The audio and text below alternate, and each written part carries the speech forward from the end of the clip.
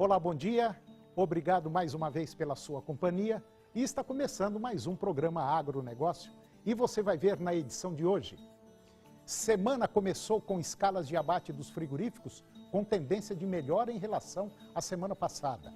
Médios e grandes agricultores contrataram 25 bilhões de reais em crédito bancário nos 2 primeiros meses da safra agrícola 17 e 18. Preço do couro verde tem apresentado forte desvalorização neste ano, mesmo com a menor oferta. Maurício Veloso vai comentar sobre mercado pecuário e você vai conhecer a mudança da rota do milho que Santa Catarina importa e vai saber também sobre os resultados financeiros do confinamento que não utiliza volumoso. O agronegócio está começando.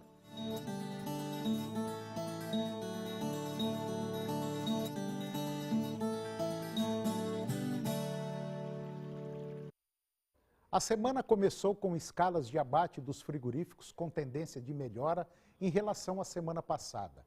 Considerando as praças paulistas, as programações médias de abate atendem 5 dias, enquanto na semana passada giravam ao redor de 3 a 4 dias. E esse fator, ele encoraja as indústrias a pressionarem as cotações após forte recuperação desde o início de agosto. O resto, neste momento, é pura especulação.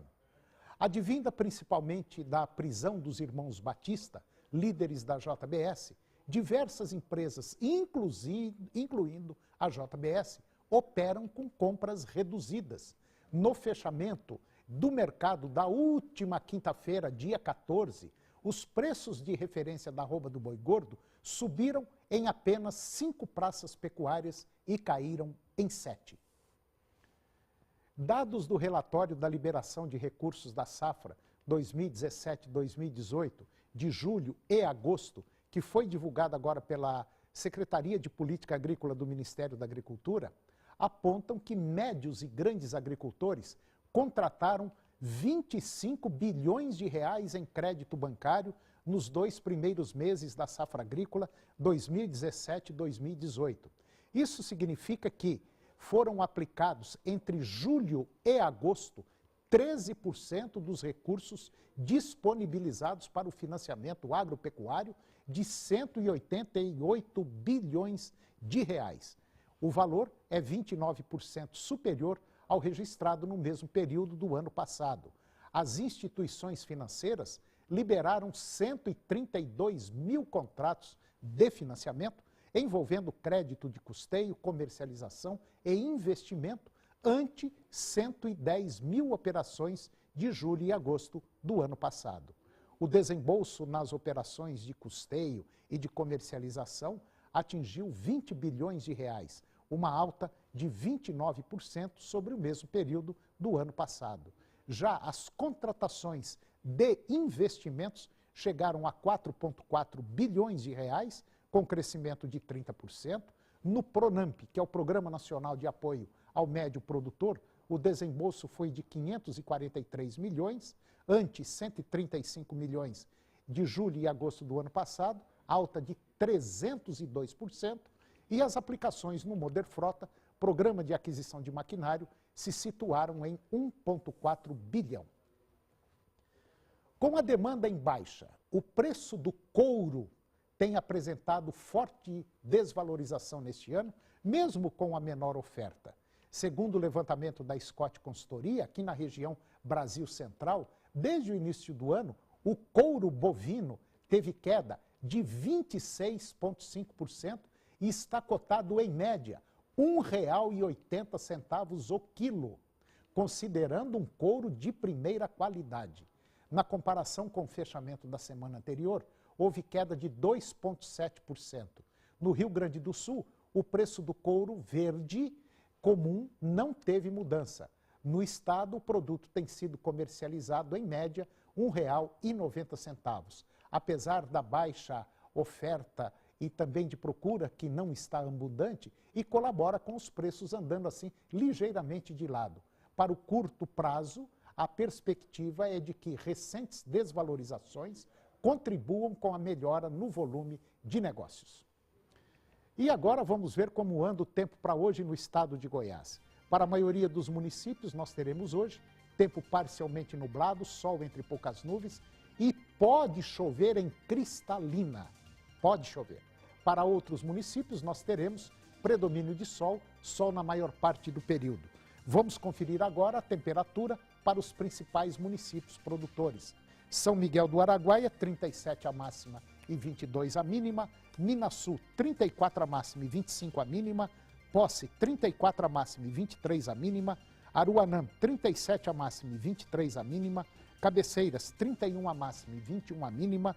Itaberaí, 35 a máxima e 21 a mínima. Cristalina, 29 a máxima e 19 a mínima. Mineiros, 31 a máxima e 14 a mínima. E Rio Verde, 31 a máxima e 17 graus a temperatura mínima.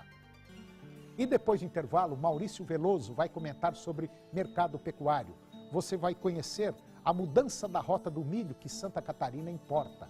E vai saber também sobre os resultados financeiros do confinamento que não utiliza volumoso. Nós voltamos já.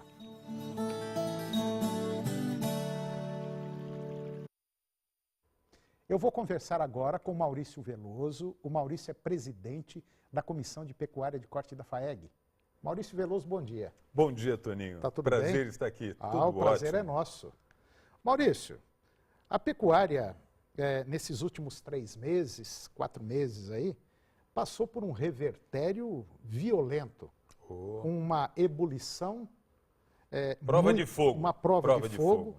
E eu senti que a maioria não estava preparado. Perfeito. Quer dizer, eu acredito que a falta de união, a falta de associativismo dos pecuaristas abalou muita gente e deixou muita gente preocupada. Sem dúvida nenhuma. E eu conversava até com Rodrigo Albuquerque, na época que estourou a carne fraca, falei, Rodrigo, é questão de 60, 90 dias, volta tudo ao normal. Pode ter certeza absoluta e não deu outro e está voltando, está aí. Perfeito. Qual que é o futuro agora, hein? Olha, nós temos excelentes perspectivas, Toninho, excelentes perspectivas. Primeiro, eu gostaria de lembrar a você que esta prova pela qual passamos, ela não é novidade. Não, isso não é. Absolutamente não é novidade. E se você pensar que isso foi discutido há 2, 3, 6 meses, 1 ano atrás, eu digo para você diferente. Isso foi discutido no Velho Testamento. Quando surgiu, lembra do sonho do imperador egípcio? Em que ele falava dos 7 anos de vacas magras, dos 7 anos de vacas gordas, até a figura pecuária foi utilizada naquela época e o pessoal não aprende. A única certeza que o nosso pecuarista pode ter é que ele terá desafios sempre. E nós vamos ter momentos de pujança e vamos ter momentos de desafio sempre. Porque o frigorífico ou a indústria do varejo, ele não vai lutar por melhores preços ao pecuarista. Com toda certeza. Quem tem que se organizar e montar a sua estratégia de trabalho é o pecuarista para o pecuarista. Da mesma forma que a indústria se defende, da mesma forma que o varejo se defende. Então, é preciso um pouco mais de organização, é preciso que os pecuaristas, no momento em que a arroba está bom, lembre-se das suas entidades pecuárias e os prestigiem e participem efetivamente da criação de uma estratégia segura. Então, eu acredito que tudo aquilo que o pecuarista não aprendeu pelo amor, ele há de ter aprendido pela dor neste ano de 2017. E eu vejo da seguinte maneira, eu venho batendo há muito tempo, tanto em programa de TV quanto em programa de rádio, está faltando união para o setor da pecuária de corte. Perfeito. Não tem, Maurício. Mas nós conseguimos agora um grande avanço. Esta semana do Brasil Pecuário, Sim. em que nós conseguimos a SOCOM e a GCZ, junto com a Federação da Agricultura, com Fundepec, com SGPA, Novilho Precoce... Isso já é o primeiro passo, hein? Isso foi um momento de maturidade maravilhoso, em que os eventos deixaram de ser concorrentes para serem complementares. São parceiros. Isso foi uma maravilha.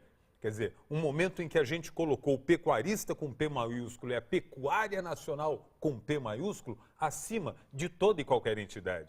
Então, é de fato um avanço nesse sentido de termos um futuro melhor consolidado para a gente conseguir organizar um pouco mais o setor. Eu estou animado. De vez em quando umas pancadinhas faz... É bom, faz bem. Maurício, muito obrigado pela sua participação mais uma vez no nosso programa. O prazer São é meu. essas pitadas de ideias que vão fazendo as coisas ficarem diferentes. Perfeito. Nós precisamos mudar o rumo da prosa da pecuária de corte. Ser uma pecuária eficiente e profissional. Perfeito. E eu agradeço muito a você, que nunca deixou de ser um grande incentivador desses avanços. Obrigado, Toninho. Valeu, obrigado Maurício. a você. Obrigado. E depois do intervalo, nós vamos falar sobre a mudança da rota do milho que Santa Catarina importa. E vamos falar também sobre os custos de produção do confinamento que não usa volumoso. Nós voltamos já.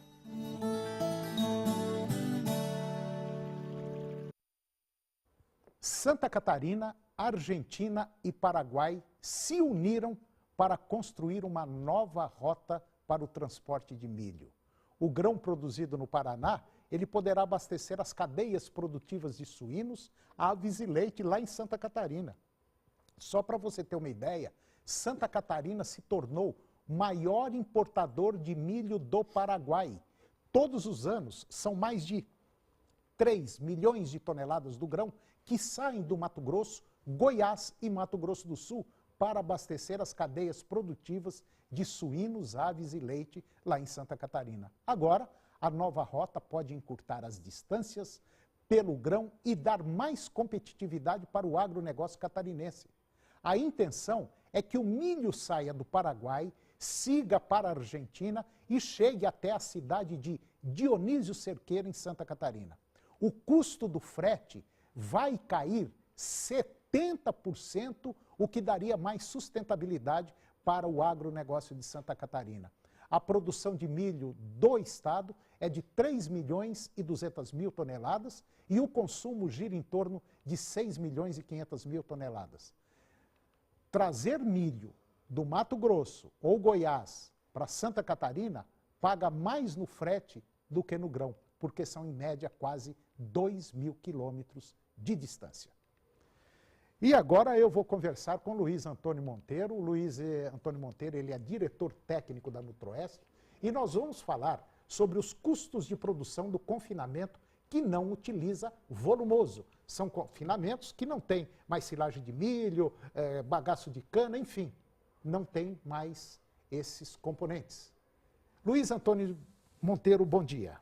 Tudo bem? Bom dia, Toninho. É um prazer estar aqui com você. Prazer é meu. Monteiro, outro dia nós divulgamos aqui no nosso programa uma matéria que eu fiz com você num dia de campo, numa fazenda, mostrando aquele confinamento que não utiliza volumoso. E eu fiz questão de trazê-lo de volta porque eu tive muito telefonema, muita gente me ligou querendo saber como é que funciona aquilo ali. Muita gente não viu, ficou sabendo. Então vamos fazer uma revisão. O confinamento hoje não precisa mais de volumoso, não precisa mais plantar milho, cana, nada. Não há necessidade da utilização de volumoso. A ração é composta apenas de milho, um núcleo e uma torta de algodão ou uma casquinha de soja. O sorgo. Pode ser sorgo, o milho ou o sorgo são moídos. Pode inclusive ser milheto. Ok, e isso daí é o seguinte, basta colocar uma vez no coxo e pronto? Quando você utiliza um confinamento convencional, em que você vai colocar silagem, essa silagem desidrata e os animais não perdem o interesse pela ração. Quer dizer, ela fica seca. Ela fica seca, eles não querem, porque eles estão acostumados com a ração úmida. Quando nós colocamos a ração completamente seca, eles acostumam com essa ração seca e você coloca apenas uma vez por dia. Então, nas próximas 24 horas, o que ele consumir é aquela ração colocada uma única vez. Quer dizer, já vem pronta essa ração, você prepara ela, coloca num saco, coloca no coxo e pronto. Eu vendo o núcleo para o produtor, ele adiciona milho, adiciona a torta de algodão e o núcleo que eu forneci. Então essa ração está pronta. Pronta, ela pode ficar muitos dias, 30 dias, 40 dias, estocada. Sem problema nenhum. Sem problema nenhum, ela é seca, é uma ração seca. Agora, é uma tecnologia que qualquer produtor pode utilizar, de pequeno, médio, grande? Sem dúvida nenhuma, porque ela vai popularizar o confinamento, porque Não há necessidade de equipamento, não há necessidade de curral. Você pode permanecer com os animais a pasto, não há necessidade de fechar esses animais. Eles podem ficar no pasto, eles deixam de pastar, passam a comer apenas a ração. Então não há nenhum prejuízo no ganho de peso pelo fato deles não estarem fechados no curral. Você falou em ganho de peso. O ganho de peso de um bovino com silagem dentro de um confinamento convencional, silagem de milho, bagaço de cana e mais concentrado e tal. E esse produto que você desenvolveu, o rendimento, o resultado é o mesmo? É o mesmo resultado. Não há nenhuma diferença técnica, nem de produção, nem financeira. É absolutamente a mesma coisa. Tá certo. Monteiro, vamos para o intervalo comercial e no próximo nós vamos mostrar os resultados financeiros do confinamento daquele dia de campo na fazenda Engenho da Serra. É um minuto só, eu volto já.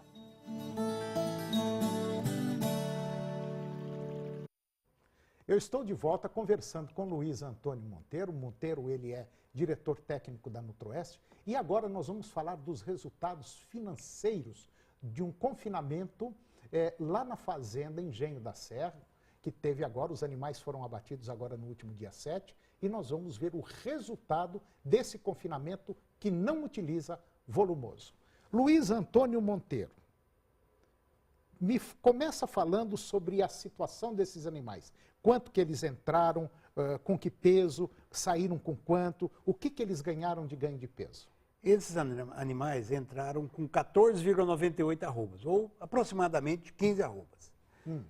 E terminaram o confinamento com 19,32, ou seja, nós fizemos 4,34 arrobas durante o período de confinamento. E eles ficaram confinados durante 71 dias. 71 dias. Então entraram com quase 15 arrobas, saíram com 19 arrobas. 19,3. Tiveram um ganho de peso de 4,34 arrobas em 71 dias confinados. Exatamente. Outra coisa, gasto da ração, consumo por boi por dia. Cada boi comeu aproximadamente 10 quilos de ração, porque essa ração é completamente seca. Então eles passaram por 21 dias de adaptação e 50 dias de tratamento. Nos 21 dias iniciais, eles comem um pouco menos. Então, na média, comeram 10 quilos de ração por dia. E o gasto de ração? Foi, então, 713 quilos para a soma de todos os 71 dias. Tá. Outra coisa, custo dessa ração, milho, torta, o núcleo, o total, quanto é que custou isso aí? Essa ração custa da seguinte maneira. Ela é composta de 75% de milho, o milho a R$20, coloquei aqui a R$20 a saca. A torta de algodão eu coloquei a 70 centavos, que é o preço de mercado dela hoje. Ela custa 70 centavos e entra 20% nessa ração. E o núcleo, o que nós desenvolvemos, entra em 5% dessa ração. Esse 5% custa R$ 2,70 o quilo. Isso, somado, vai fazer uma ração por 52 centavos o quilo da ração pronta. Então, 1 quilo da ração pronta que o boi vai comer, 52 centavos. Ele come quanto por dia? 10 quilos. 10 quilos. 10 vezes 52 centavos. 5,20. R$5,20 por dia custa um boi.